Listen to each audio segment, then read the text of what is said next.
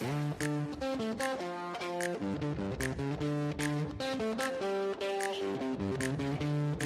everybody, welcome back. This is After Wine School, and I'm Keith Wallace with Alana Zerbe. Woo-hoo! See, that's where I hope they fill in the applause. Yeah, that's where I'm looking for that big round of applause. Because, it's great to be back here. And thank you also for indulging me on another podcast on history. I like it. I know I may be the only person, but we're going to have a great time today. We're going to talk about funky wines. We're going to talk about deadly wines. We're going to talk about hallucinogenic wines, everything. Yeah, it's just going to be a great wines and a lot of conversations you can have after listening to this podcast. Well, Keith, I want to say you're not the only one who loves ancient wines. This is the first time I've been compelled to do this, but I want to do this. I want to dedicate this episode to Patrick McGovern, who is the author of Ancient Wine and probably the foremost scholar on ancient wine, who was a professor at the University of Pennsylvania and whose work we're going to talk about in this episode today. And he just recently passed, and he meant a lot to a lot of people. So yes, he did. He did. I'll always love the fact that he wrote some lovely things about my book. I do. I'm sorry to bring it back to me. I know. I'm sorry. But yeah, I'm going to thank you, Patrick. Sorry you're dead. Thank you so much. But it was just great having him in the city, having him here as a resource. Like it was, he is going to be deeply missed. I thought you were going to say, because what we were talking about when we heard the news was how much you loved his collaboration. Dogfish Head. Yeah. The Midas beer. The Midas Touch. That's exactly right. Oh, that was great. Yeah, that was one of my favorite beers. When I was teaching ancient wine class, I really regretted that they had stopped producing that beer. Because I was like, this beer said everything you need to know about what ancient beer and wine tasted like, because it was a co-fermented, cool thing. But yes, sadly, no hallucinogenics and no wormwood. So folks, today we're talking about the birth of the world's favorite beverage, the most ancient beverage, the thing that you and I have fallen in love with, all your favorite styles, lead sweetened, goat belly aged, all the good stuff, and definitely stuff you want at your next wine dinner. Yeah, Keith, it's hard to believe that civilization was born with this style of wine, but we're going to talk about it. Oh, yeah. No, it is funny. Well, I got to say, civilization at that point was like civilization. So let's just, it was a long time to get to here. That's fair. It was a long time. That's very fair. Yeah. All right. So take us back. Kick us off. All right. Okay. So starting off, everything begins in what is now Armenia and Georgia. The birthplace of wine. Now, this wasn't what we would think of as wine. Things were being aged in goat skins, in other kinds of animal skins. And I honestly don't know whether or not they actually used the inside or the outside of the animal, but I'm hoping it was the outside, to be honest. I'm hoping we stop talking about this. I know. I understand that. But we do know this, and I want to bring back Mr. McGovern just for a second, because he's the one. The reason we know that it was 8,000 years ago that we're the origin of wine was because he and his team came up with this ingenious way of identifying wine-producing cultures. So they were using, after using goat skins, they started using cuervi, right, clay pottery, and in that clay pottery, there were remaining shards of tartaric acid.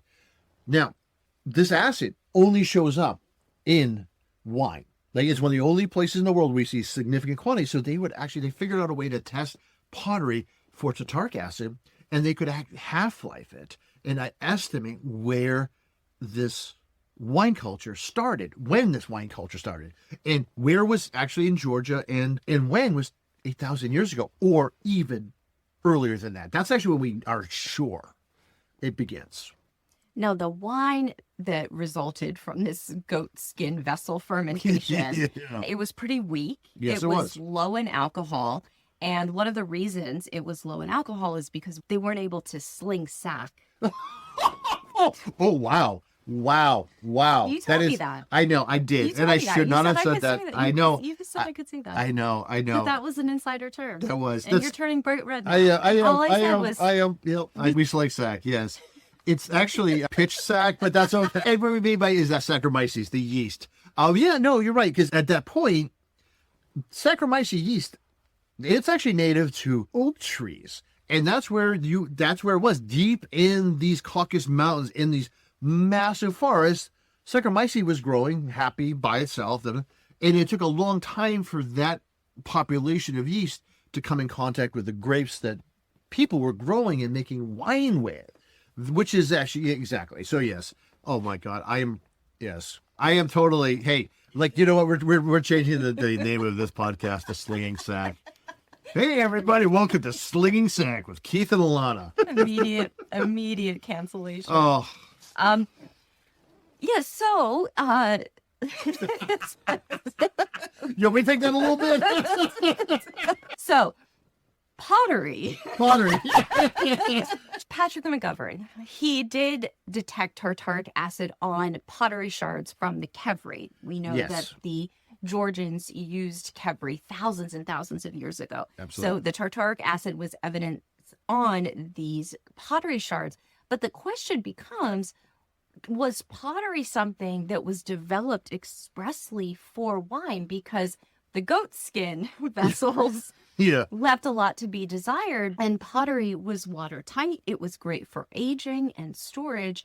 And so scholars today believe that pottery was actually developed in connection with winemaking. And it wouldn't be surprising because if you go back to where wine, we believe, right, within those mountain ranges started, that soil is actually the exact right soil to actually what you call roping clay, where how your original way you would actually make clay pots was actually winding clay into like braiding it around and laying it on top of each other and then firing it. So all kinds of things happen in one place. You had Saccharomyces yeast hidden in the forests. The edge of the forest is where vines are growing up these oak trees and people are harvesting them. You also have the right kind of clay to make pottery.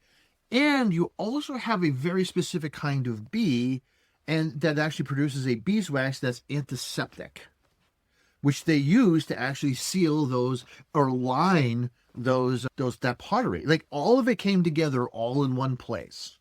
And who knew that we would even have wine? And the argument is, who knows even if humanity would have existed if we didn't have wine and all of its medicinal benefits. Well, let's talk about that, Keith. I'm going to go to the Egyptians because, right, so, Egypt is old. And to realize how old Egypt is you have to realize that the ancient Egyptians had scholars who researched and studied ancient Egypt, the even more ancient Egypt. So that's crazy. That's how old this culture and society is. And from the very beginning, like when the earliest, I think it's called the Scorpion King, which is a great name. Yeah, he had his own vessels, clay vessels of wine that has his name on it. And I think they even had the vintage and the region it came from, which Yes, is that's crazy. right. So that's actually amazing that we all, to this, even then, even in ancient Egypt, we were wine snobs. And of course, it was actually only the pharaoh and his religious group. What are those things called? Priests. Why can I think priest? Probably just, this is what happens when your family are a bunch of ministers. So yeah, but this is what was going on to that very day. But it wasn't just for drinking. It was also distinctly medicinal. Yes. And we know that those medicines were used in childbirth, for treating wounds, for stomach ailments, digestion, things that we talked about. That's last right. time. When we dropped Hippocrates and all, it begins in the very beginning when it comes to wine being both an elite beverage, but also a medicinal substance. Yes. And the Egyptians had additives, some which were beneficial, some not so much. Can you tell us about that? Yeah. So, okay. Yeah. They used herbs always. You had your herbs and your spices, but we also have wormwood and resins. And some of these actually are intensely toxic. And so you had things that veered from being healthy and good for you, the origin of amaros that we have today, to actually things that would kill you. Now let's fast forward to the ancient Greeks. It's funny having to say that because it's so much later than the Egyptians, but no, they have made wine a huge part of their culture For the Greeks, wine was the centerpiece of all aspects of society, including politics. So there was something called a symposium, which is where we get that word today.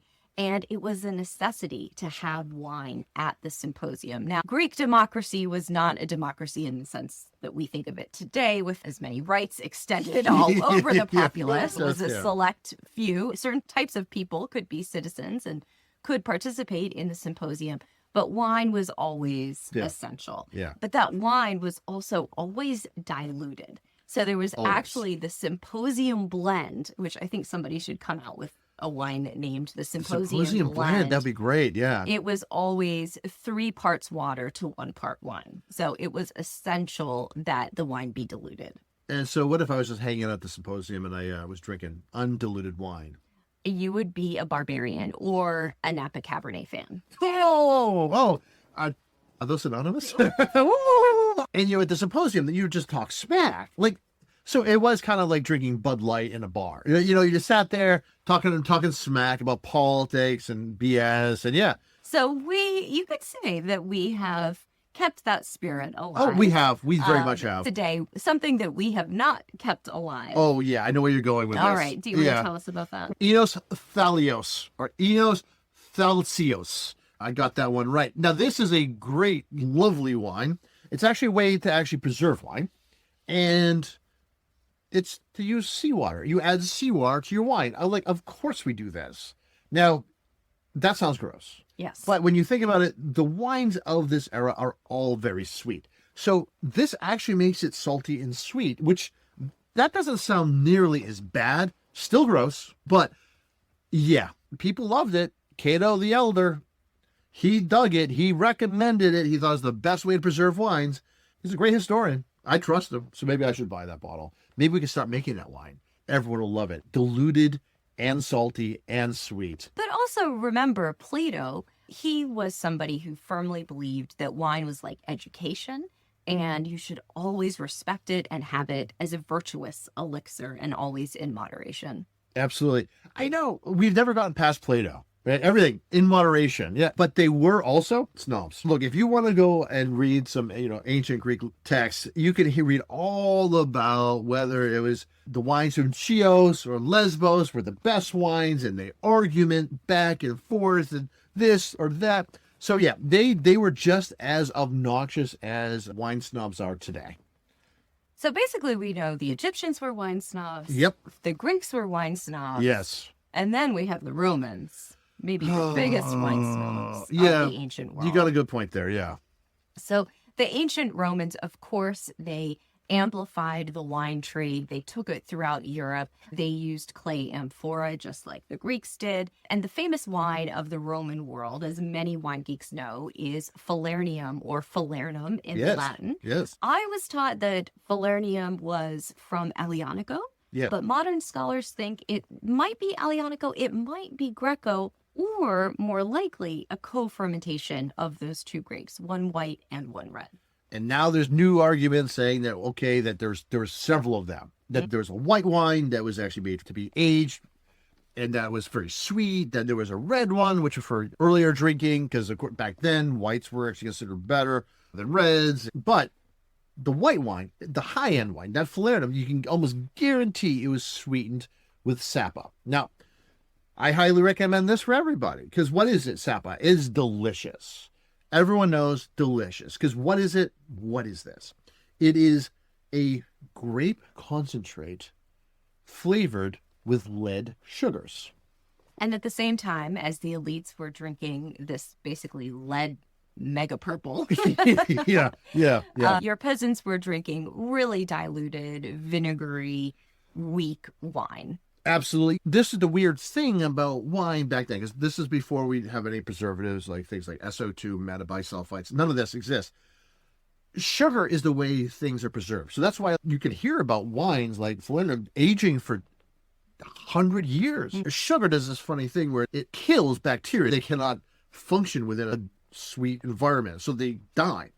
Now, regular wines for everyone else, like the hoi polloi, they would make wines, and they would only last for about 6 months before they start degrading into vinegar, because wine will turn into vinegar very quickly. All right. So I would be happy to bring some of those psychoactive wines into the future. All right, let's do it. I actually could use that on right now, actually. I could use that right now. I'd be keen on that. The goat skin fermentation, leave behind for sure. Yeah. Seawater preservation, no. Nope. Anything with lead, adulterated, I'll leave that behind. But in today's world, we do have a lot of practices that we can trace directly from the ancients. Oh, so, yes. Of course, using amphora, wild yeast, more natural styles of winemaking with little additives, but also skin contact wines. That's something very common, yeah. Oh, yeah, absolutely. Because,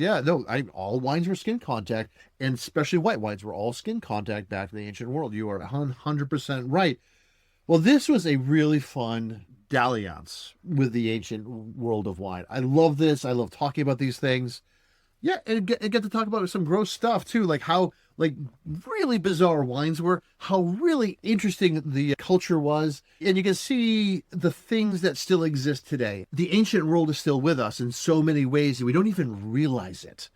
And I hope to see everyone and hope you like and subscribe, people. But also, if you really are interested in wine, you want to learn more, I highly recommend checking out the National Wine School at wineschool.us. Earn your sommelier certification there. You can do it online. Some of the best schools run National Wine School programming, so highly recommend them. Thank you, everyone. And we so appreciate you. If you do happen to be in the Philadelphia area, please come by. See us in action at the Wine School of Philadelphia, where we teach full-time.